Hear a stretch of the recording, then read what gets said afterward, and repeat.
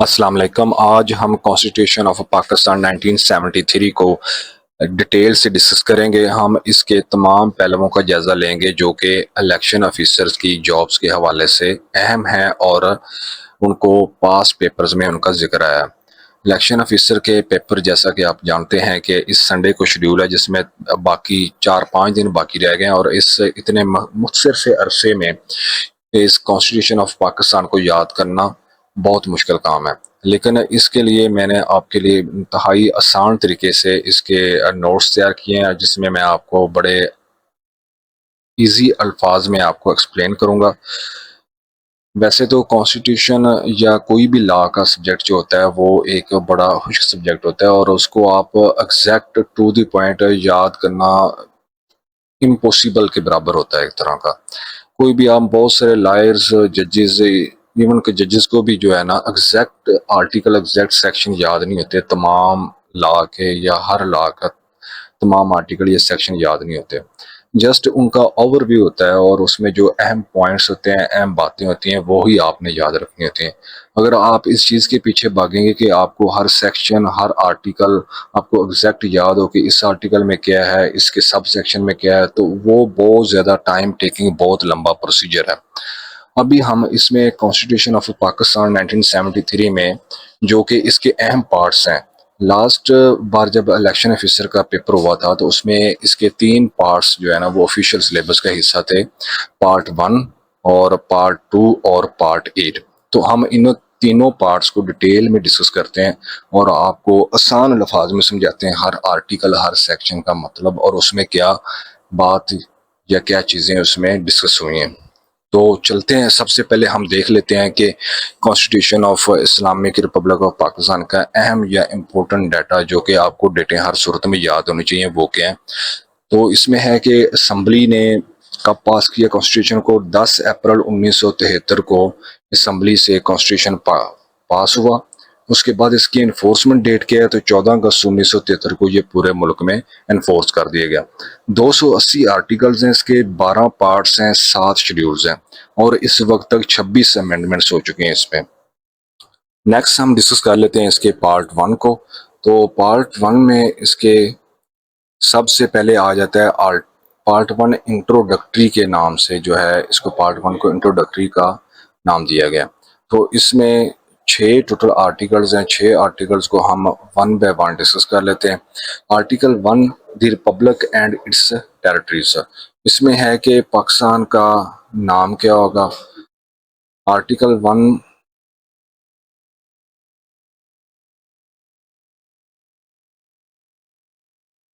सबसे पहले हम पार्ट 1 को डिस्कस करते हैं। पार्ट 1 को इंट्रोडक्टरी का नाम दिया गया, जिसमें कि आपके कॉन्स्टिट्यूशन का एक तरह का इंट्रोडक्शन दिया गया है। इसमें आर्टिकल 1 है। आर्टिकल 1 किस चीज़ के मतलब है? आर्टिकल 1 में पाकिस्तान के नाम और उसकी टेरिटरीज के मतलब है। आर्टिकल 1 का जो पहला सेक्शन, सब सेक्शन है, वो है कि नेम ऑफ कंट्री। कंट्री का नाम क्या होगा? तो पाकिस्तान का नाम इस्लामिक रिपब्लिक ऑफ पाकिस्तान होगा 1973 कॉन्स्टिट्यूशन के मुताबिक। आगे इसमें वो डिस्कस करता है कि टेरिटरीज ऑफ पाकिस्तान, पाकिस्तान की कौन कौन सी टेरिटरीज होंगी। इसमें वो कहता है कि बलूचिस्तान प्रोविंस शामिल होगा, खैबर पख्तूनख्वा, पंजाब और सिंध। फिर इसमें शामिल होगा federal capital Islamabad capital territory. फिर इसमें वो कहता है कि एनी न्यू स्टेट्स और टेरिटरीज दैट ज्वाइन पाकिस्तान, कोई भी ऐसी नई स्टेट या टेरिटरी जो कि पाकिस्तान को ज्वाइन करती है। आगे वो इसके तीसरे सब सेक्शन में बताता है कि कोई भी स्टेट या कोई भी एरिया कैसे ज्वाइन कर सकता है। तो parliament can include new areas in Pakistan under certain conditions. तो कोई भी स्टेट या कोई भी एरिया जिसको पाकिस्तान अपनी टेरिटरी में शामिल करेगा, उसको उसका इख्तियार या उसकी पावर्स पार्लियामेंट के पास होगी। पार्लियामेंट जो है वो इसको, एरिया को या इस टेरिटरी को पाकिस्तान के टेरिटरी में शामिल करने की तमाम तरह इख्तियार या तमाम तरह पावर्स रखता है। आगे हम देख लेते हैं कि आर्टिकल 2 किस बारे में। हाँ, आर्टिकल 2 है, 2 में इस्लाम को जो है ना official religion of Pakistan declare कर दिया। Islam is the official religion of Pakistan, ये आपने याद रखना है, आर्टिकल 2 में है। आर्टिकल 2 ए क्या है जी? आर्टिकल 2 ए है ऑब्जेक्टिव रेजोल्यूशन के बारे में। ऑब्जेक्टिव रेजोल्यूशन के बारे में क्या है, आर्टिकल 2 के important principles from the objective resolution are part of the constitution. पहले क्या होता था कि पहले ऑब्जेक्टिव रेजोल्यूशन 1956 के कॉन्स्टिट्यूशन में और 19 जो है 62 का कॉन्स्टिट्यूशन है, उसमें क्या था कि ऑब्जेक्टिव रेजोल्यूशन जो थी वो प्रीएम्बल के तौर पर थी, लेकिन कॉन्स्टिट्यूशन का पार्ट नहीं थी। तो 1973 कॉन्स्टिट्यूशन में अमेंडमेंट करके जो है ऑब्जेक्टिव रेजोल्यूशन को परमानेंट पार्ट बना दिया गया कॉन्स्टिट्यूशन का। आगे आर्टिकल 3 हम देख लेते हैं। आर्टिकल 3 क्या है जी, elimination of exploitation. The state aims to stop unfair practices and ensure people earn according to their work. इसमें क्या है जी कि कोई भी एक्सप्लॉयट नहीं कर सकेगा किसी को, कोई अदारा जो है किसी को या कोई भी जो है अनफेयर प्रैक्टिसेस यूज नहीं होंगी और लोग अपनी मर्जी से अपना रोजगार का जरिया माश अपना मुंतखब कर सकते हैं। कोई किसी के जो है वो अननेसेसरीली एक्सप्लॉयट नहीं करेगा। आर्टिकल 4 क्या है जी, आर्टिकल 4 है प्रोटेक्शन ऑफ लॉ। तो इसमें वो दो चीजें डिस्कस करता है, एक तो right to legal protection.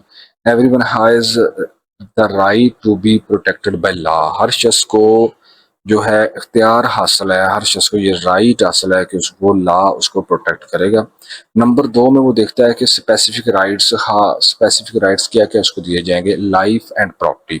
No one can harm your life और प्रॉपर्टी विदाउट लीगल रीजन। कोई भी शख्स या कोई भी अदारा आपकी जिंदगी या आपकी प्रॉपर्टी को हार्म नहीं पहुंचा सकता without any lawful reason. Next है freedom. You can do anything that is not against the law. आप कुछ भी कर सकते हैं अगर वो लॉ के खिलाफ नहीं है, लॉ के अगेंस्ट नहीं है। आपको फ्रीडम है अपने एक्ट्स में अगर वो लॉ के अगेंस्ट नहीं है। नेक्स्ट है जी no compulsion. No one can force you to do something unless required by law.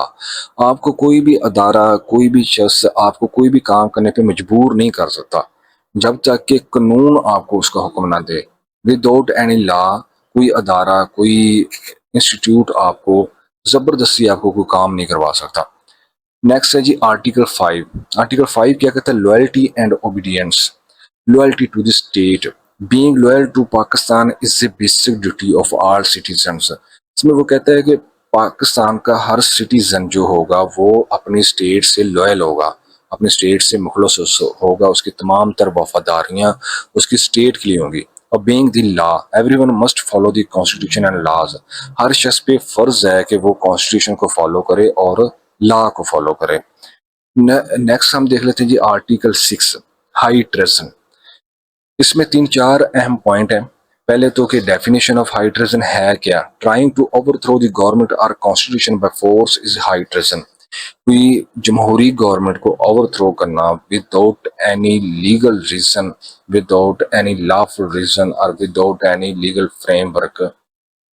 तो और दूसरा कि कॉन्स्टिट्यूशन को एब्रोगेट कर देना या अबेयंस में कर देना, ये क्या होगा, हाई ट्रेजन होगी। नेक्स्ट है जी हेल्पिंग इन ट्रेजन, कि कोई ऐसा शख्स जो इस ट्रेजन में किसी की हेल्प करता है, इस गद्दारी में किसी की हेल्प करता है, तो वो भी हाई ट्रेजन संगीन गद्दारी का मुजरम होगा। नेक्स्ट इसमें है कि कोर्ट्स रोल, कि कोर्ट का क्या किरदार होगा। आगे है जी court can not approve acts of treason, कि कोर्ट आपका एक्ट ऑफ ट्रेजन संगीन गद्दारी का जो एक्ट होगा उसको अप्रूव या उसको अप्रूव नहीं कर सकती, यानी कि उसको ऑथेंटिकेट नहीं कर सकती कि ये इसने सही किया था। आगे है जी पनिशमेंट। पनिशमेंट कौन देगा, तो पार्लियामेंट जो है वो इसकी पनिशमेंट डिसाइड करेगा हाई ट्रेजन की। तो यहाँ पे था, ये था हमारा पार्ट 1। यहाँ पे हमारा पार्ट 1 कंप्लीट हो जाता है। एक दफ़ा हम पार्ट 1 को दोबारा से देख लेते हैं जल्दी जल्दी से, ताकि आपको ये चीज़ें ज़हन नशीन हो जाएं।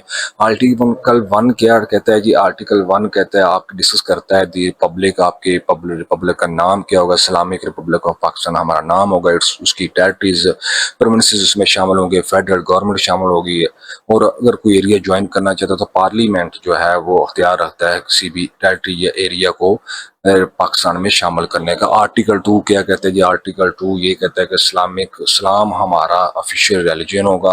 आर्टिकल 2A क्या कहता है जी? आर्टिकल 2A कहता है कि ऑब्जेक्टिव रेजोल्यूशन जो है वो कॉन्स्टिट्यूशन का पार्ट होगी। आर्टिकल 3 क्या कहता है जी? एलिमिनेशन ऑफ एक्सप्लॉयटेशन, कोई भी शख्स किसी को एक्सप्लॉयट नहीं कर सकता, कोई भी शख्स किसी के साथ ज्यादती नहीं कर सकता। आर्टिकल 4 क्या जी? प्रोटेक्शन ऑफ लॉ, लॉ की प्रोटेक्शन होगी। आपका हर शख्स को जो है ना वो हर शख्स लीगली लॉ उसको प्रोटेक्ट करेगा, उसको उसकी ज़िंदगी की, उसकी जान की, उसके माल की जो है वो उसकी प्रोटेक्शन होगी। उसको मुकम्मल फ्रीडम होगी कि वो हर काम कर सके जो कि लॉ के अगेंस्ट ना हो, और नो कंपल्शन, उसको किसी भी काम के लिए मजबूर नहीं किया जा सकता। आर्टिकल 5 क्या कहता है कि लॉयल्टी एंड ओबीडियंस, कि हर शख्स जो है वो सिटीजन ऑफ पाकिस्तानी जो है वो स्टेट से लॉयल होगा, वो उसकी तमाम तर वफादारियाँ स्टेट के साथ होंगी और वो स्टेट के कानून को ओबे करेगा। आर्टिकल 6 क्या है जी? वो हाई ट्रेजन के मतलब है कि कोई भी शख्स या कोई भी शख्स गवर्नमेंट को अगर ओवरथ्रो कर देता है या कॉन्स्टिट्यूशन को जो है वो ओवरथ्रो करता है, उसको जो है कॉन्स्टिट्यूशन को अबेंस में ले आता है, तो वो हाई ट्रेजन का मुजरम होगा। और इसका सेक्शन 2 ये कहता है कि कोई भी शख्स अगर उसमें उसकी हेल्प करता है तो वो भी हाई ट्रेजन का मुजरम होगा। और कोर्ट इसको जो है वो ऑथेंटिकेट नहीं करेगी कि इसने सही एक्ट किया था, ये कभी भी कोर्ट उसको वाइट चिट नहीं देगी। और पनिशमेंट इसकी क्या है? पनिशमेंट जो है वो इसकी पार्लियामेंट इसकी पनिशमेंट डिसाइड करेगा। अब हम देख लेते हैं पार्ट 2 इसका। तो पार्ट 2 क्या है? पार्ट 2 में fundamental rights and principle of policy, ये इसका नाम है पार्ट 2 का, fundamental rights and principles of policy. तो इसमें देख लेते हैं कि आर्टिकल 7 क्या है? Article 7 definition of the state. Article 7 state की तारीफ करता है। The state includes the federal government, parliament, provincial governments, assemblies and other authorities empowered to impose taxes.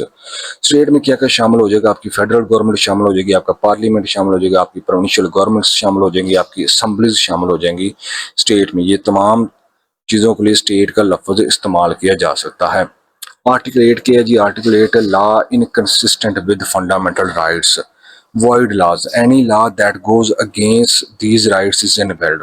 कोई भी लॉ जो कि फंडामेंटल राइट्स के खिलाफ होगा, फंडामेंटल राइट्स की वायोलेशन करेगा, तो वो इनवैलिड लॉ होगा, वो लॉ वैलिड नहीं होगा। No limiting rights, the state can not make laws that reduce these rights. तो स्टेट ऐसा कोई कानून नहीं बना सकती जो इन राइट्स को रिड्यूस कर दे या राइट्स में कमी कर दे।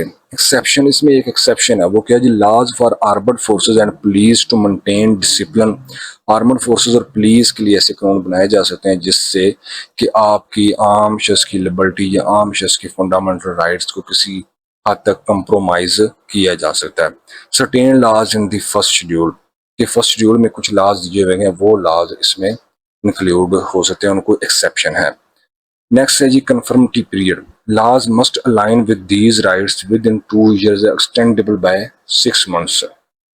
No suspension of rights. Rights cannot be suspended except the constitution laws. No suspension of rights. Rights cannot be suspended except the constitution laws. Rights जो हैं अवाम के, उनको सस्पेंड नहीं किया जा सकता यहाँ तक कि कॉन्स्टिट्यूशन खुद इस चीज़ को अलाउ करे। Article 9 Security of person. No one can be deprived of life or freedom except by law. किसी शख्स को भी उसकी ज़िंदगी से महरूम नहीं किया जा सकता या उसकी आज़ादी से महरूम नहीं किया जा सकता एक्सेप्ट बाय लॉ, के बगैर लॉ के। यानी कि अगर किसी ने कोई कत्ल किया है तो उसको ये नहीं कि आम बंदा उसको उठ के उसके कत्ल का बदला लेना शुरू कर दे, उसको कत्ल कर दे। अब उसके लिए लॉ है, प्रॉपर लॉ के जरिए प्रॉपर थ्रू चैनल उसका केस चलेगा, उसका ट्रायल चलेगा। देन अगर उसको कोर्ट अकॉर्डिंग टू लॉ उसको सजा देती है और वो उसको एग्जीक्यूट करती है तो देन इट इज़ एक्सेप्टेबल। कि लेकिन हर कोई शख्स या विदाउट एनी लॉ कोई किसी को उसकी लाइफ या उसकी फ्रीडम से डिप्राइव नहीं कर सकता। आर्टिकल 10 है जी safeguards as to arrest and detention. इसमें जो है वो बताता है कि अरेस्ट और डिटेंशन से आप कैसे सेफ गार्ड, आपको कॉन्स्टिट्यूशन कैसे आपको सेफ करता है। राइट्स ऑन अरेस्ट, कि अरेस्ट अगर किसी को करना है तो उस पे जो बंदा अरेस्ट हो रहा है उसके क्या राइट्स हैं, इन्फॉर्म्ड ऑफ अरेस्ट रीजन, उसको रीजन से इन्फॉर्म किया जाएगा कि आपको किन रीजन की बुनियाद पे हम अरेस्ट कर रहे हैं। और दूसरा उसको क्या दिया जाएगा, राइट टू लायर, कि वो अपना वकील कर सके, ये उसको हक दिया जाएगा, ये उसका बेसिक राइट है। नेक्स्ट है जी, magistrate appearance must see a magistrate within 24 hours of arrest.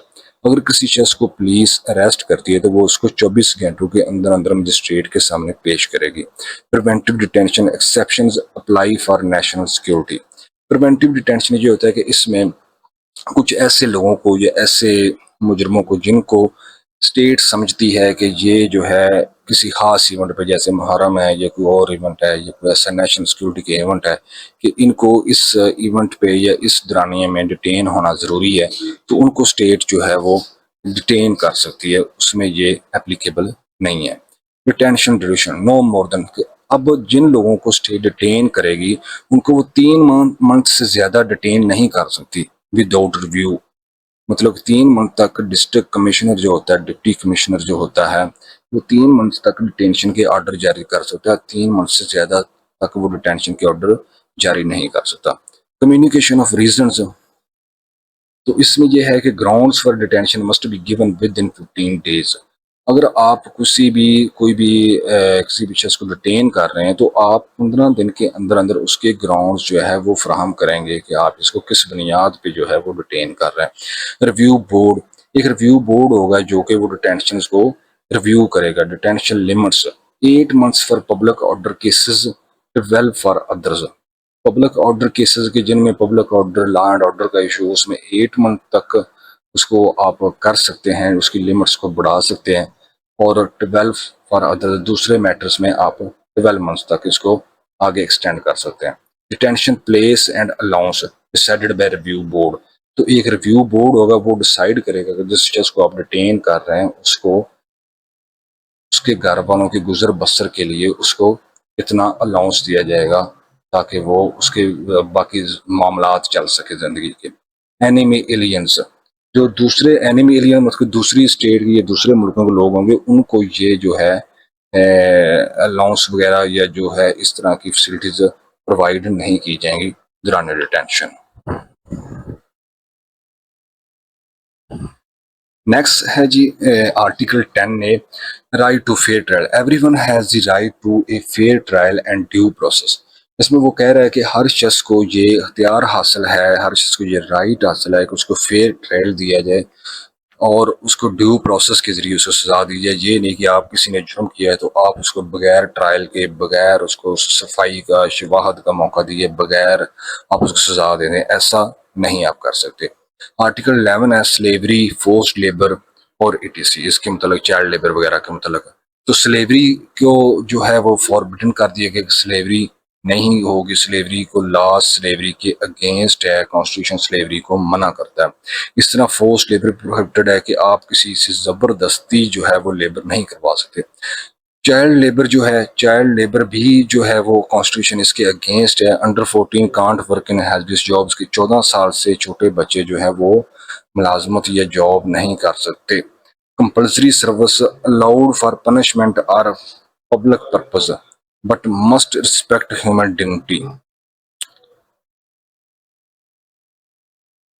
Ji next है जी कंपल्सरी सर्विस के। इसमें अगर किसी से कोई पब्लिक पर्पस के लिए या किसी को सजा के लिए कोई काम करवाया जाएगा, किसी से काम करने का कहा जाएगा, लेबर का कहा जाएगा, तो उसमें भी जो ह्यूमन डिग्निटी की रिस्पेक्ट की जाएगी। उसको ऐसा कोई काम आप नहीं कह सकते जिस जो कि ह्यूमन डिग्निटी के अगेंस्ट होगा। नेक्स्ट है article 12 protection against retrospective punishment. जी नेक्स्ट आर्टिकल है article 12 protection against retrospective punishment. No retroactive laws means के can't punish acts that were not crimes when committed, कि आप किसी भी शख्स को उस एक्ट के लिए पनिश नहीं कर सकते जो कि उस वक्त क्राइम नहीं था। ये नहीं कि आपने एक बंदे ने फॉर एग्जांपल अभी कोई ऐसा एक्ट किया है जिस जो कि क्राइम बन जाता है आज से 2 साल बाद, तो आप उसको इस एक्ट पे पनिश नहीं कर सकते क्योंकि इस वक्त वो क्राइम नहीं था। एक्सेप्शन, इसमें एक्सेप्शन है कि नॉट एप्लीकेबल टू कॉन्स्टिट्यूशन सब वर्जन लॉज। इसमें यह है कि अगर कोई शख्स कॉन्स्टिट्यूशन से छेड़छाड़ करता है या कॉन्स्टिट्यूशन को सब वर्ज करने की कोशिश करता है, सबवर्जन करने की कोशिश करता है, तो उस पे ये शिक एप्लीकेबल नहीं होगी, उसको आप सजा दे सकते हैं चाहे आप कानून बाद में बनाएं। आर्टिकल 13 क्या है जी? Protection against double jeopardy and self incrimination. No one can be tried twice for the same crime और forced to testify against themselves. किसी भी शख्स को जो है एक ही क्राइम के लिए दो दफा सजा नहीं दी जा सकती। ये आर्टिकल 13 जो है आपकी इस राइट को प्रोटेक्ट करता है। नेक्स्ट है article 14, inviolability of dignity of man, dignity and privacy must be respected, no torture, can't extract evidence through torture. इसमें जो ये कहता है कि किसी भी हर शख्स की जिसको आप डिटेन करते हैं या जिसको आप अरेस्ट करते हैं, उसकी आप रिस्पेक्ट का ख्याल मद्देनजर रखेंगे, उसकी आप रिस्पेक्ट, उसको डिसरिस्पेक्ट नहीं करेंगे और उसके ऊपर आप टॉर्चर नहीं करेंगे कि आप टॉर्चर के जरिए उससे एविडेंस लें या टॉर्चर के जरिए आप उससे इकबाल जुर्म करवाएं कि उसने ये जुर्म किया है। नेक्स्ट है article 15, freedom of movement, right to move freely and settle anywhere in Pakistan. इसमें यह है कि आपको ये इख्तियार हासिल है कि आप कहीं भी पाकिस्तान में किसी भी जगह आज़ादी से आप मूव कर सकते हैं और किसी भी जगह आप अपनी रहायश इख्तियार कर सकते हैं। आर्टिकल 16 है freedom of assembly, right to assemble peacefully without weapons with reasonable restrictions. इसमें यह है कि आर्टिकल 16 आपको फ्रीडम ऑफ असम्बली का इख्तियार देता है कि आप कहीं भी पीसफुली विदाउट वेपन्स, बगैर हथियारों के आप जो है कहीं भी जमा हो सकते हैं, कहीं भी आप अपना इस्तेमाल कर सकते हैं। आर्टिकल 17 है freedom of association, right to form associations subject to restrictions for sovereignty and integrity. Political parties can be restricted if against national interests. Funding transparency, parties must account for their funds. इसमें वो ये कह रहा है कि आप right to form कोई भी एसोसिएशन आप बना सकते हैं, कोई भी, जैसे ये मुख्तलिफ यूनियंस बनी होती है, एम्प्लॉयज़ की यूनियंस बनी होती है, मुख्तलिफ एसोसिएशंस बनी होती हैं ताजरों की, मुख्तलिफ कोई भी आप बना सकते हैं तब तक जब तक वो जो है नेशनल सवरेंटी और इंटेग्रिटी के अगेंस्ट ना हो। और पोलिटिकल पार्टीज भी, कोई भी शख्स, कोई भी ग्रुप जो है वो अपने पोलिटिकल पार्टीज बना सकते हैं। इसमें एक ही रिस्ट्रिक्शन है कि वो अगर नेशनल इंटरेस्ट के खिलाफ काम ना कर रही हो, और कोई पार्टी नेशनल इंटरेस्ट के खिलाफ काम करेगी तो उसकी वो पोलिटिकल पार्टीज से जो है वो डिसॉल्व कर दी जाएगी। फंडिंग ट्रांसपेरेंसी, तो पार्टीज जो है वो उनके must account for their funds, उनकी फंडिंग में ट्रांसपेरेंसी होनी चाहिए, उनके ये ओपन फंडिंग होनी चाहिए, उनको कहाँ कहाँ से फंडिंग आ रही है। नेक्स्ट है जी article 18, freedom of trade, business and profession, right to any lawful occupation or business with certain regulations।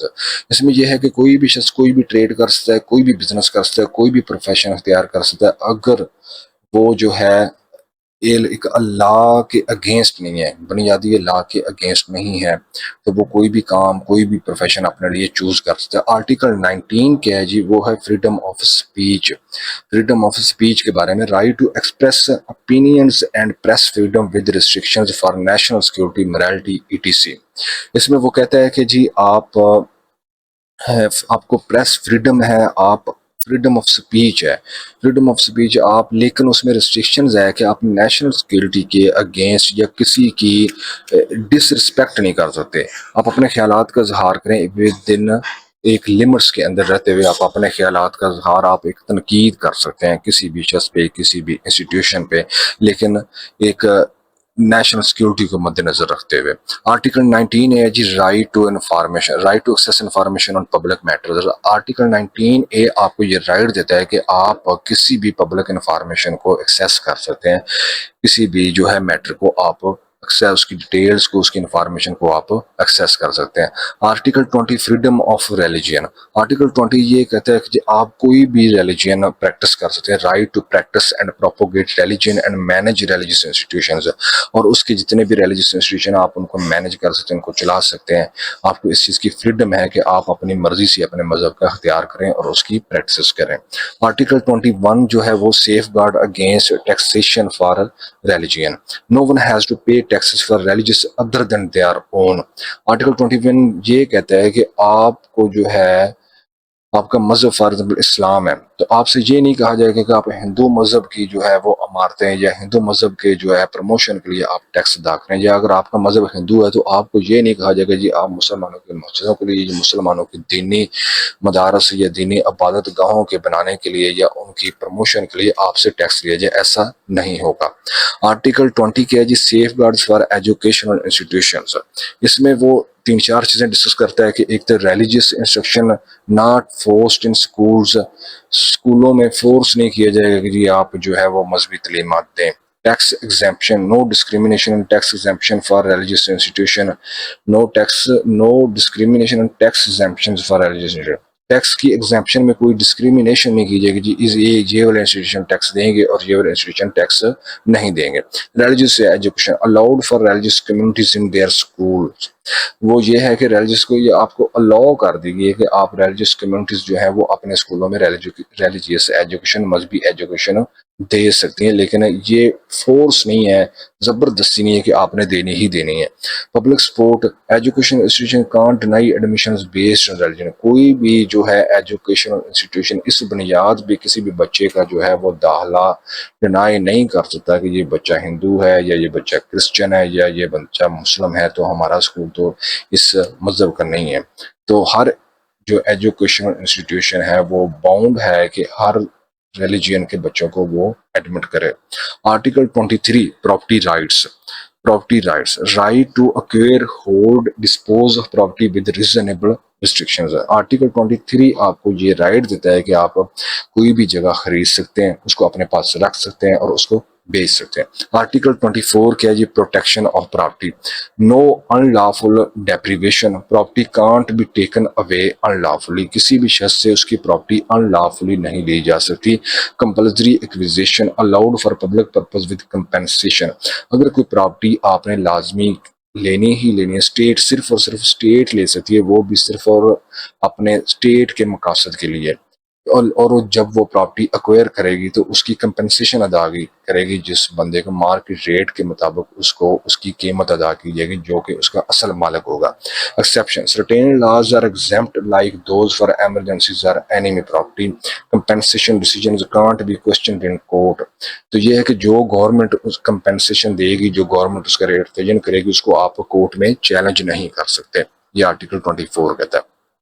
Article 25 है जी, equality of citizens, equal before law, all citizen are equal before law, तमाम citizen जो है वो law के सामने बिल्कुल बराबर है। No gender discrimination based on sex, sex की बुनियाद पे कोई जेंडर डिस्क्रिमिनेशन नहीं की जाएगी। Special provisions allowed for protecting women and children, special provisions बनाई जा सकती हैं औरतों और बच्चों को प्रोटेक्ट करने के लिए, जैसे कि उनके लिए स्पेशल स्कूल, उनके लिए स्पेशल कॉलेजेस बनाए जाते हैं, स्पेशल पार्क बनाए जा सकते हैं जिनमें सिर्फ और सिर्फ बच्चे और वुमेन्स अलाउ होंगी।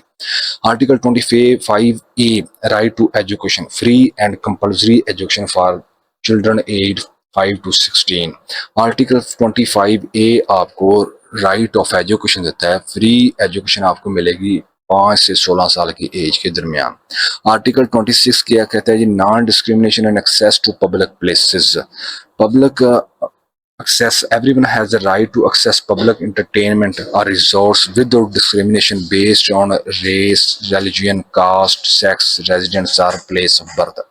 जितनी भी पब्लिक प्लेसेस होंगी उनमें तमाम लोगों को जो है उनकी एक्सेस होगी इस बुनियाद पे, किसी को उसके मजहब की बुनियाद पे, नस्ल की बुनियाद पे, ज़ात की बुनियाद पे, या सेक्स की बुनियाद पे, या रहायश की बुनियाद पे, या प्लेस ऑफ बर्थ की बुनियाद पे आप उसको नहीं रोक सकते। आगे इसमें special provision, the state can make special provision for women and children, वही जो मैंने पहले बात बयान की कि स्टेट औरतों के लिए मखसूस या बच्चों के लिए मखसूस पार्क्स या उनके मखसूस फैसिलिटीज बना सकती है औरतों और बच्चों के लिए। नेक्स्ट है जी आर्टिकल 27, सेफ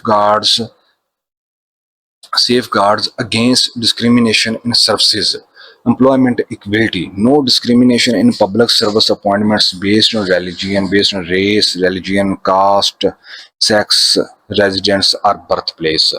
किसी भी शख्स को जो है पब्लिक सर्वेंट या गवर्नमेंट जॉब के लिए उसके इस बुनियाद पे उसके साथ डिस्क्रिमिनेशन नहीं की जाएगी कि उसकी नस्ल कोई और है या उसका कोई मजहब और है या उसकी कोई ज़ात और है या उसका सेक्स मेल है या फीमेल है या वो यहाँ का रहायशी है या बर्थ प्लेस उसकी वहाँ की है। तो इस बुनियाद पे किसी को भी गवर्नमेंट ऑफ पाकिस्तान की सर्विस में एंट्री के लिए किसी को इस बुनियाद पे फिल्टर नहीं किया जाएगा। नेक्स्ट है जी एक्सेप्शन क्या है जी। Post can be reserve for specific classes और areas for 40 years to ensure representation. इसमें यह है कि 40 साल तक इस कॉन्स्टिट्यूशन के इम्प्लीमेंट होने के 40 साल तक पोस्ट जो है स्पेसिफिक क्लासेस या स्पेसिफिक एरियाज के लिए कोटा रिजर्व किए जा सकते हैं। Gender specific post certain roles में भी reserve for one gender if necessary. कुछ खास पोस्टें कुछ खास जॉब्स जो हैं उनको आप मखसूस जेंडर के लिए आप उनको रिजर्व कर सकते हैं कि इसमें सिर्फ मखसूस जेंडर वाले लोग अप्लाई कर सकते हैं। ये स्टेट को अख्तियार हासिल है। Under representation measures can address under representation of any class or area। measures can address under representation of any class or area। कोई भी एरिया या कोई भी सूबा जहां से आपके एम्प्लॉयज बहुत कम है तो उसके लिए स्टेट जो है वो measures ले सकती है उसकी जो है अंडर रिप्रेजेंटेशन को ख़त्म करने के लिए यानी कि उसकी कमी को दूर करने के लिए। Residence requirements provincial governments can require residency in the province for up to 3 years before appointment. इसमें वो कह रहा है कि provincial government can require residency in the province for up to 3 years before appointment. वो कि जो प्रोविंशियल गवर्नमेंट है वो अपने मुलाजमीन के अपॉइंटमेंट के लिए उनका कम से कम जो है 3 साल तक उस सूबे का रहायशी होना ज़रूरी है उनकी उस सूबे में अपॉइंटमेंट के लिए।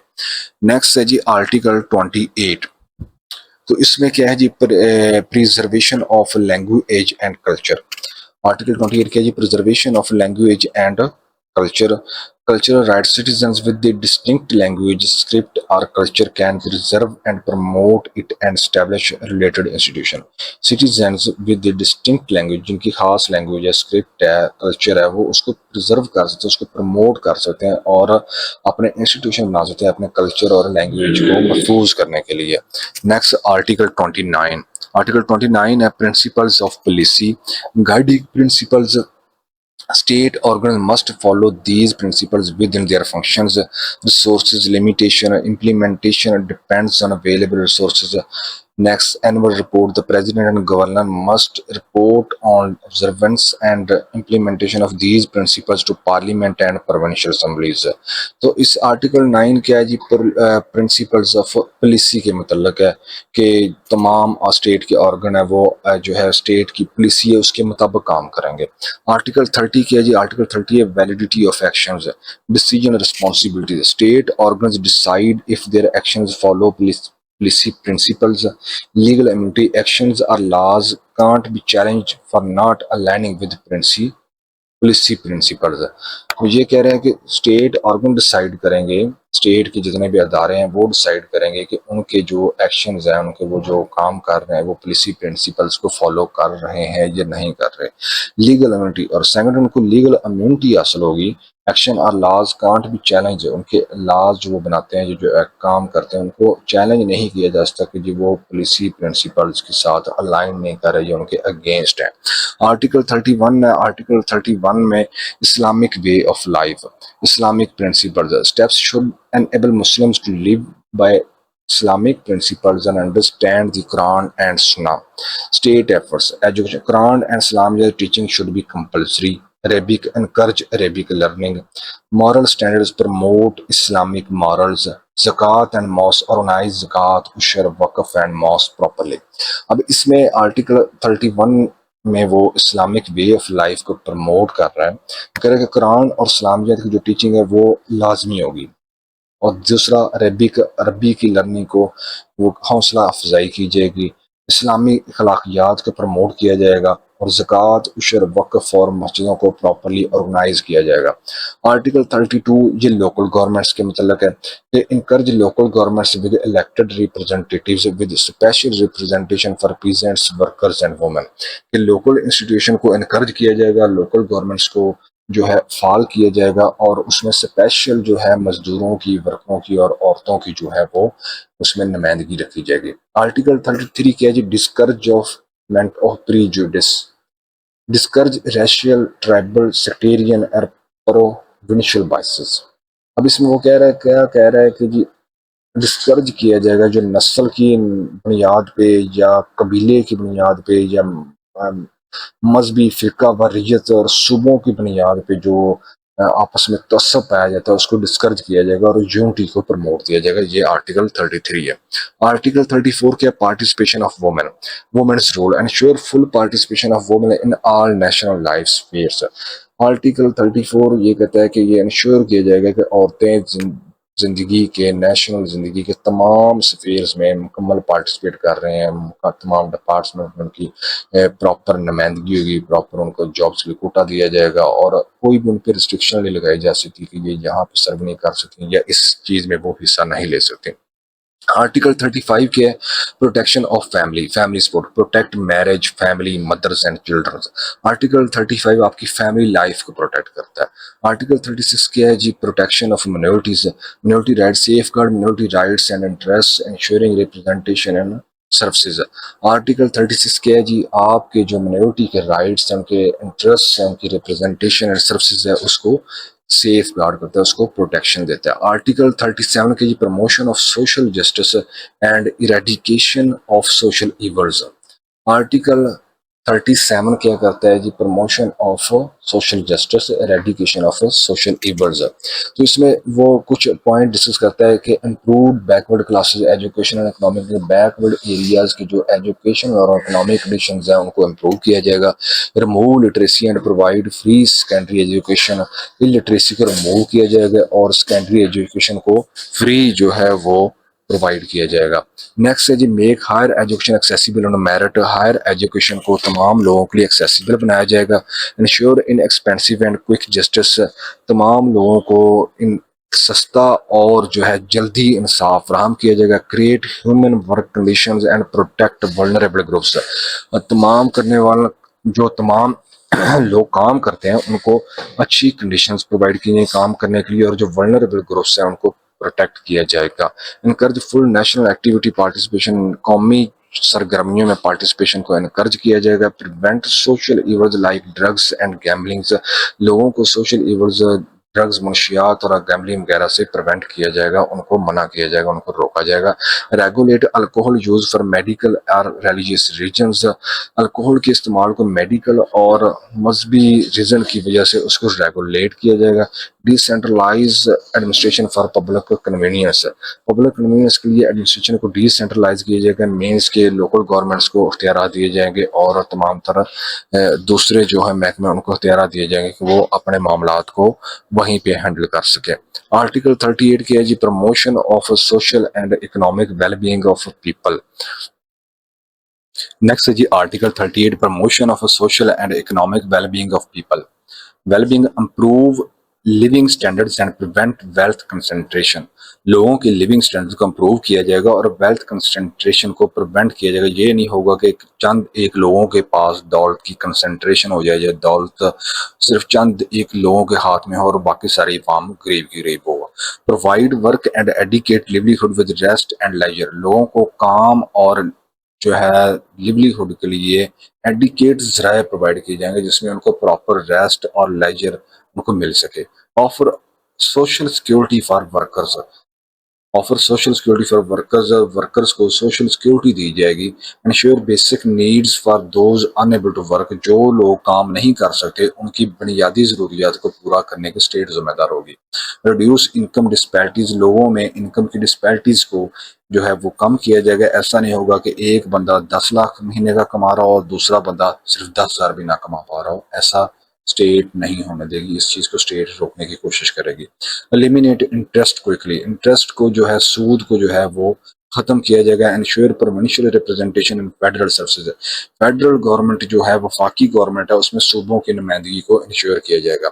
नेक्स्ट है जी article 39 participation of people in armed forces, armed forces inclusion, enable participation from all religions in armed arm forces में तमाम ज़हाब, तमाम सूबों के लोग, तमाम ज़ातों के लोग बिला तफरीक जो है वो पार्टिसिपेट कर सकेंगे। ये हमारा आर्टिकल 39 कहता है।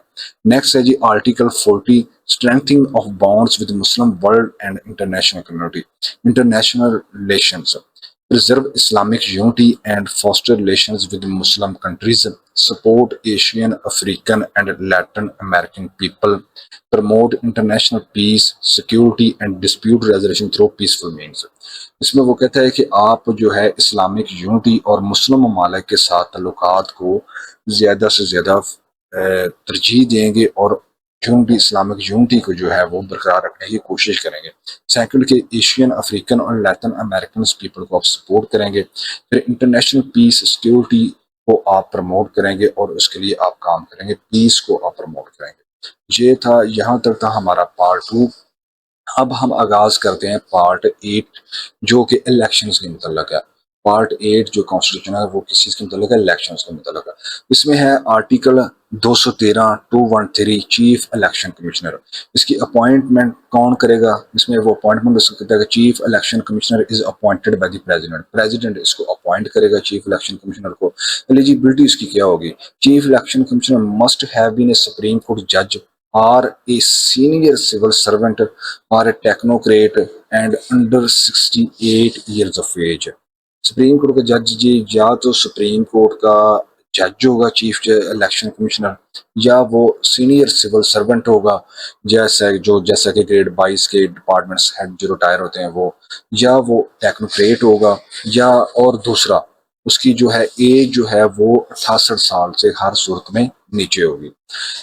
आगे वो बता रहा है कि सीनियर सिविल सर्वेंट की क्या डेफिनेशन और टेक्नोक्रेट की क्या डेफिनेशन है। सीनियर सिविल सर्वेंट किसको कहते हैं? Served at least 20 years in government, जिसने 20 साल गवर्नमेंट में काम किया और रिटायर्ड एट बीपीएस 22 और अबव, और जो बीपीएस 22 में या इससे अबव रिटायर हुआ हो। अब टेक्नोक्रेट की क्या definition? Holds A degree with at least 16 years of education. ऐसा शख्स जो 16 साल एजुकेशन की डिग्री रखता है और 20 years of experience, 20 years of experience हो, ये टेक्नोक्रेट की डेफिनेशन होगी। सिलेक्शन प्रोसेस क्या होगा चीफ इलेक्शन कमिश्नर का? तो सिलेक्शन प्रोसेस ये होगा कि the prime minister consults the opposition leader to propose 3 names to a parliamentary committee। Prime minister opposition leader से कंसल्ट करके 3 नाम जो है वो पार्लियामेंट्री कमेटी को जो है वो रिकमेंड करेगा, पार्लियामेंट्री कमेटी को भेजेगा। If no agreement both submit separate list to committee. अगर दोनों को 3 नाम पे एग्रीमेंट ना हो पाए तो दोनों 3 नामों की सेपरेटली लिस्ट जो है वो कमेटी को भेजेंगे। अब कमेटी क्या करेगी? Consist of equal members from the government and opposition, total 12 members including senate representation. तो कमेटी में जो है गवर्नमेंट और अपोजिशन से जो है बराबर मकदार में लोग होंगे और इसकी तादाद क्या होगी? 12 मेंबर्स की तादाद होगी, और ये फिर कंसेंट से एक बंदे का नाम उसमें से चुनेंगे और वो बेसिक रिक्वायरमेंट्स जो है वो उसकी वही ऊपर वाली रहेगी। एलिजिबिलिटी क्राइटेरिया 68 साल से नीचे हो, सुप्रीम कोर्ट का जज हो, या सीनियर सिविल सर्वेंट हो, या टेक्नोक्रेट हो, और उम्र 68 साल से नीचे हो। ये इसका बेसिक क्राइटेरिया होगा। आर्टिकल 214 के जी oath of office, oath requirement. The chief election commissioner and members take an oath before the chief justice of Pakistan. इसमें ये क्या कह रहा है कि chief election commissioner and members जो है चीफ जस्टिस ऑफ पाकिस्तान के सामने ओथ लेंगे अपने ऑफिस का। आर्टिकल 215 के जी टर्म एंड रिमूवल कि चीफ इलेक्शन कमिश्नर की टर्म क्या होगी और उसको रिमूव कैसे किया जा सकता है। तो इसका जो है chief election commissioner and members जो है वो इलेक्शन कमीशन, वो 5 साल उनकी टर्म होगी, 5 साल के लिए वो इस ओहदे पर फायज रहेंगे। और 2 members retire after 2.5 year, 2 member जो है हर 2.5 साल बाद रिटायर हो जाते हैं। रिमूवल क्या है जी? रिमूवल का तरीका can only be removed like a जज फॉलोइंग आर्टिकल 209। जो और तरीकाकार किसी जज को रिमूव करने का है, सेम वही तरीकेकार चीफ इलेक्शन कमिश्नर या उसके मेंबर्स को रिमूव करने के लिए इस्तेमाल किया जाएगा, जो कि आर्टिकल 209 में बयान किया गया। रेजिग्नेशन क्या है जी? Can resign by writing to the president, president को वो रिजाइन कर सकता है। Vacancy filling must be filling filled within, और 45 दिन के अंदर अंदर ये सीट खाली होने के बाद इसको फिल किया जाएगा चीफ इलेक्शन कमिश्नर की सीट को। आर्टिकल 216 क्या है, ये रिस्ट्रिक्शंस बयान करता है। Prohibition of other officers can not hold another profit making position, जो भी इलेक्शन कमीशन का मेंबर होगा या चीफ इलेक्शन कमिश्नर होगा वो कोई भी दूसरा प्रॉफिटेबल ओहदा नहीं रख पाएगा। ये नहीं होगा कि वो साथ में नेशनल असेंबली के मेंबर हो और साथ में वो चीफ इलेक्शन कमिश्नर बन जाए, या साथ में वो चीफ जस्टिस हो या जस्टिस हो सुप्रीम कोर्ट का और साथ वो भी रहे और साथ में वो चीफ इलेक्शन कमिश्नर भी बन जाए। Post term restrictions can not hold a profit making office for 2 years after living, और इस पोस्ट पे रहने के बाद इसके 5 साल पूरे करने के बाद तक 2 साल बाद तक भी वो किसी ऐसे ओहदे में नहीं उसको तैनात किया जा सकता जो पब्लिक किसी बड़े ऑफिस में या बड़े ओहदे पे उसको तैनात नहीं किया जा सकता। Article 217 217 acting commissioner, acting commissioner कौन होगा, temporary replacement, the oldest member acts as CEC when chief election commissioner when the office is vacant और the chief election commissioner is unavailable. जो ओल्डेस्ट मेंबर हो, जो सीनियर मेंबर होगा election commission का, वो जो है वो चीफ इलेक्शन कमिश्नर की गैर मौजूदगी में वो इस एज ए एक्टिंग कमिश्नर वो चीफ इलेक्शन कमिश्नर एक्ट करेगा। आर्टिकल 218 इलेक्शन कमीशन, आर्टिकल 218 में डिस्कस करता है कि responsible for elections to the parliament, provincial assemblies and other public office, कि इलेक्शन कमीशन का काम क्या होगा। इलेक्शन कमीशन रिस्पॉन्सिबल होगा पार्लियामेंट के इलेक्शन करवाने के, प्रोविंशियल असेंबलीज के इलेक्शन करवाने के एंड अदर पब्लिक, और दूसरे पब्लिक ऑफिस जितने भी हैं उनके ओहदे हैं, उन तमाम के जितने भी पाकिस्तान में जितने भी इलेक्शन हो गए पब्लिक ऑफिस के लिए, उसके तमाम तरह का रिस्पॉन्सिबिलिटी किस पे है इलेक्शन कमीशन की कि वो उनको ऑर्गेनाइज करे अपनी सुपरविजन के अंदर। कंपोजिशन क्या होगी, the chief election commissioner is a chairman होगा इलेक्शन कमीशन का चीफ इलेक्शन कमिश्नर, 4 मेंबर्स होंगे, 1 फ्रॉम ईच, पर उनसे एक हर सूबे से होगा, with similar qualification as CEC, similar qualification उनकी भी होगी जो कि सीईसी की है, चीफ इलेक्शन कमिश्नर की है, जो कि हम ऊपर पढ़ चुके हैं कि चीफ इलेक्शन कमिश्नर या तो सुप्रीम कोर्ट का जज होगा या सीनियर सिविल सर्वेंट होगा या टेक्नोक्रेट होगा और उसकी उम्र 68 साल से नीचे होगी। ड्यूटीज क्या है जी, ensure fair and honest election, इसकी ड्यूटीज क्या होगी कि ये इंश्योर करना कि फेयर और ईमानदारी से इलेक्शन हो। Article 219 functions of the election commission, इसमें रिस्पॉन्सिबिलिटीज बयान करता है कि इलेक्शन कमीशन की क्या रिस्पॉन्सिबिलिटीज होगी। Prepare and update electoral rolls, वो इलेक्टोरल रोल्स को प्रिपेयर करेगा, उनको अपडेट करेगा। Conduct senate elections and fill casual vacancy, senate के इलेक्शन को बाकायदगी से वो कंडक्ट करेगा और जो वैकेंसीज खाली होती है उनको फिल करेगा। Point election tribunals, election tribunals बनाएगा जो कि इलेक्शन के मतलब मुख्तलिफ जो होती हैं कंप्लेंट्स हैं उनका फैसला करेगा। Conduct general election, general election जो कि हर 5 साल होते हैं उनको कंडक्ट करेगा। Other functions as defined by law, other function जो भी किसी भी कानून को जो गवर्नमेंट बनाती है उनको वो परफॉर्म करेगा। Article 220 executive authorities duty, support all federal and provincial authorities must assist the election commission। इसमें आर्टिकल 2 लिखा करता है कि तमाम फेडरल और प्रोविंशियल अथॉरिटीज हैं वो इलेक्शन कमीशन को हर सूरत में असिस्ट करेंगी। Article 221 staff and rules, appointment and rules, the election commission with the presidential approval can appoint staff and set employment terms। इसमें वो कह रहा है कि इलेक्शन कमीशन जो है वो प्रेसिडेंट के अप्रूवल के साथ स्टाफ को अपॉइंट कर सकता है, उनकी एम्प्लॉयमेंट टर्म्स भी तय कर सकता है कि ये इनके एम्प्लॉयमेंट टर्म्स होंगे, ये शराइत होंगे। आर्टिकल 222 इलेक्टोरल लॉज के मतलब है, इसमें वो कहते हैं कि parliament can make laws on national assembly seat allocation, national assembly के कितनी सीट्स एलोकेशन होगी इसकी पार्लियामेंट लॉ बना सकता है। डी लिमिटिंग कॉन्स्टिट्यूंसीज को डी लिमिट कर सकता है, उनकी लिमिट्स चेंज कर सकता है। प्रिपेयरिंग इलेक्टोरल रोल्स को जो है वो प्रिपेयर कर सकते हैं। Conducting elections and resolving disputes, conducting elections and resolving disputes, election को कंडक्ट करना एंड डिस्प्यूट को रिजॉल्व करना। प्रिवेंटिंग करप्ट प्रैक्टिस को प्रिवेंट करना, ensuring proper constitution of legislative bodies. Article 223 membership in assemblies, इसके मतलब है prohibition can not simultaneously be a member of both houses, कोई भी शख्स जो है वो बहुत हाउसेस का मेंबर नहीं हो सकता एक टाइम पे। ऐसा नहीं हो सकता कि वो सेनेट का भी मेंबर हो और नेशनल असेंबली का भी मेंबर हो, ऐसा नहीं हो सकता। A house and A provincial assembly, ऐसा भी नहीं हो सकता कि वो एट द सेम टाइम वो जो है वो नेशनल असेंबली का मेंबर भी रहे और प्रोविंशियल असेंबली का भी हो, असेंबलीज ऑफ डिफरेंट प्रोविंस। और ऐसा भी नहीं हो सकता कि वो पंजाब असेंबली का भी मेंबर हो और सिंध असेंबली का भी मेंबर हो। Multiple seats in the same body, और ऐसा भी नहीं हो सकता कि वो प्रोविंशियल असेंबली में ही 4 सीटों पे वो जो है वो मेंबर हो। फॉर एग्जाम्पल पीपी, जैसे हम मिसाल ले लेते हैं, प्रोविंशियल असेंबली ले लेते हैं, PP1 पे भी वो वही बंदा जो वो सीट को रिजर्व कर ले, और PP2 पे भी, PP3, PP4 पे भी ऐसा होता है। इलेक्शन में उनको अलाउ होता है कि आप मल्टीपल कॉन्स्टिट्यूंसीज इलेक्शन जो है कंटेस्ट कर सकते हैं, लेकिन जीतने के बाद आपको एक ही सीट रखनी पड़ती है, बाकी सीट आप वेकेंट कर देते हैं, दस्तबरदार हो जाते हैं उनसे, और उन पर दोबारा इलेक्शन होता है। Multiple candidates can run for multiple seats but must resign all but one if selected to more than one। यही वही बात के जो है मल्टीपल कैंडिडेंसी से आप जो है इलेक्शन कंटेस्ट कर सकते हैं, लेकिन जब आप जीत जाएंगे तो आप सिर्फ एक रखेंगे, बाकी सीटें आप रिजाइन कर देंगे। Vacancy first seat vacated upon election to another seat, first seat vacated upon election to another seat. Senate vacancies election must occur within 30 days of vacancy. Senate के जो इलेक्शन है वो 30 डेज ऑफ वैकेंसीज के अंदर अंदर जो है वो इलेक्शन हर सूरत में होंगे। नेक्स्ट है जी आर्टिकल 224 इलेक्शन टाइमलाइंस। इलेक्शन की टाइमलाइंस क्या होगी?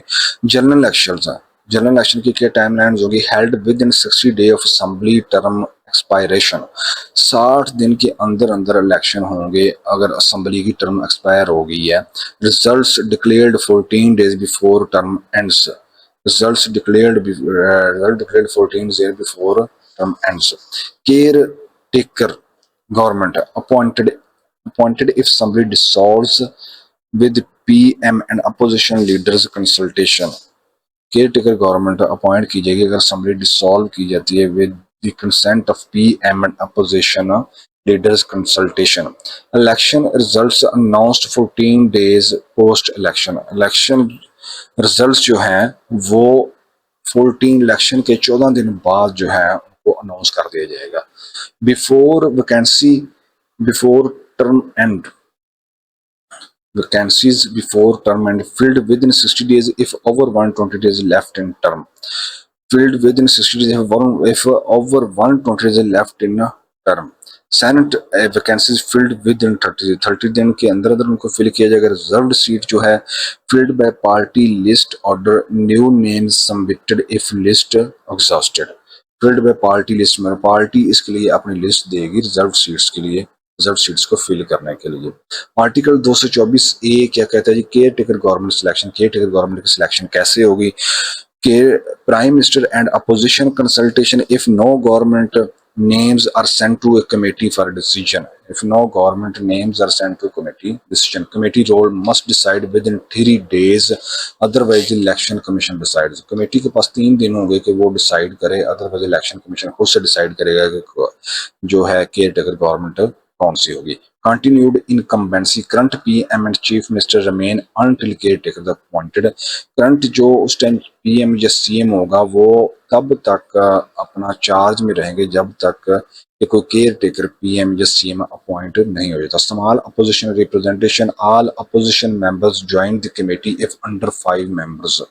तमाम अपोजिशन जो है मेंबर जो है वो कमेटी को ज्वाइन करेंगे। उसमें 5 मेंबर्स की तादाद होगी उस कमेटी की।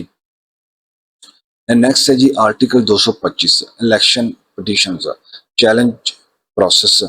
Election can only be contested through a petition to a tribunal as determined by parliament. Challenge जो है आप चैलेंज कैसे कर सकते हैं इलेक्शन पिटीशन को? Election can only be contested through a petition, आप उसको पिटीशन दायर करेंगे ट्रिब्यूनल को determined by the parliament. Article 226 के जी secret ballot voting method, all elections except for prime minister and chief minister are by secret ballot. जितने भी elections होंगे प्राइम मिनिस्टर और चीफ मिनिस्टर के अलावा जितने भी इलेक्शंस होंगे वो सीक्रेट बैलेट के जरिए होंगे। मींस के एक इलेक्शन कमीशन में आप जाएंगे, आपको वो जो एक बैलेट पेपर होता है उसके ऊपर आप स्टैंप लगाएंगे और उसको आप बॉक्स में डाल देंगे, बाद में उन सबको काउंट किया जाएगा किसी को ये नहीं पता होगा कि किसने वोट किसको डाला और किसने किसको नहीं डाला। तो ये तमाम तर इलेक्शन सीक्रेट बैलेट के जरिए होंगे सिवाय प्राइम मिनिस्टर और चीफ मिनिस्टर के। तो ये था हमारा, हमने एक ब्रीफ ओवरव्यू लिया है कॉन्स्टिट्यूशन ऑफ पाकिस्तान 1973 का। तो इसमें मैं लास्ट में आपसे एक गुजारिश करता चलूँ कि अगर ये चीज़ें, ये आर्टिकल आपको याद नहीं भी हुए कि इस आर्टिकल में क्या कहा है, उस आर्टिकल में क्या कहा है, तो आप इस पे इतना ज़्यादा टाइम वेस्ट करने की आपको ज़रूरत नहीं है। आप जस्ट ये चीज़ें माइंड में रख लें कि ठीक है, इलेक्शन कमिश्नर की जो है वो अपॉइंटमेंट का तरीक़ेकार क्या होगा, उसके क्राइटेरिया क्या होगा, जैसे कि भी है प्राइम मिनिस्टर के इलेक्शन कैसे होंगे, ओपन बैलेट के जरिए होंगे, चीफ मिनिस्टर के ओपन बैलेट के जरिए होंगे, बाकी सब सीक्रेट बैलेट के जरिए होंगे। बाकी हमें राइट्स के हैं, जैसे फंडामेंटल राइट्स, आपको प्रॉपर्टी का राइट है, लाइफ का राइट है, ठीक है, फेयर ट्रायल आपको दिया जाएगा। इस तरह की जो जो मोटी मोटी चीज़ें जो इसमें डिस्कस हैं वो आपके जहन में हों। जब ये चीज़ें आपके जहन में होंगी तो पेपर में जब MCQs टाइप पेपर होता है उसमें जब क्वेश्चन आएगा तो आपका ऑटोमेटिकली आपका माइंड क्लिक कर जाएगा कि ये चीज़ मैंने पढ़ी थी, और इंशाल्लाह ताला आप जो है वो राइट आंसर टिक करेंगे। अगर आपको एक दफ़ा ये वीडियो देखने से, आपके यकीनन एक दफ़ा ये वीडियो देखने से आपके तमाम तर चीज़ें आपके ज़हन में नहीं आएँगी, तो आप इसको एक दफ़ा और देख लें। जब आप फ्री हों, आप एक दफ़ा इसको आज देखें, एक दफ़ा आप इसको कल देखें, तो इस तरह आपके माइंड में ये एक स्केच बन जाएगा, माइंड में आपकी चीज़ें पक्की हो जाएंगी। बाकी जो है जी कि हर्फ ब हर्फ या आप हर आर्टिकल को, सब सेक्शन को आप याद करने के चक्कर में पढ़ेंगे तो वो एक बड़ा लंबा अरसा दरकार है। मुझे तो खैर आज तक जो है ना वो सेम आर्टिकल, सेम सब sub section with sub section कभी याद नहीं है। मेरे लिए तो ये एक हेक्टिक चीज़ रही है। मुझे तो बड़ा ला खुश्क लगता है कि बहुत मुश्किल लगता है कि हम जो है ना पूरे लॉ को या पूरे जो है कॉन्स्टिट्यूशन को मैं article wise same to same याद करूं, और तकरीबन ये हर दूसरे बच्चे का ये इशू है कि हम नहीं याद कर सकते क्योंकि खुश्क सा सब्जेक्ट है। तो इसका बेहतरीन ये है कि आप इसका ओवरव्यू लें, आप देखें कि जो है पार्ट 1 में क्या चीज़ें डिस्कस हुई हैं, पार्ट 2 में क्या चीज़ें हैं, पार्ट 8 किस चीज़ के मुतल्लिक है, और फिर इसमें मेन चीज़ें जो हैं वो उन पॉइंट्स को अपने दिमाग में, आप अपने माइंड में उनको स्टोर कर लें। और इस वीडियो को अगर एक दफ़ा आपको ना समझ लगे तो आप दूसरी दफ़ा देख लें, दूसरी दफ़ा से फिर आप तीसरी दफ़ा देख लें, तो इंशाल्लाह ताला ये चीज़ें आपका एक अनकॉन्शियस मेमोरी का आपका हिस्सा बन जाएंगी और आपको ये लंबे अरसे तक याद रहेंगी। तो बाकी अगर आपको ये वीडियो पसंद आई हो, ये कंटेंट पसंद आया हो, तो प्लीज़ जो है वीडियो को लाइक करें और चैनल को सब्सक्राइब करें। Thank you so much.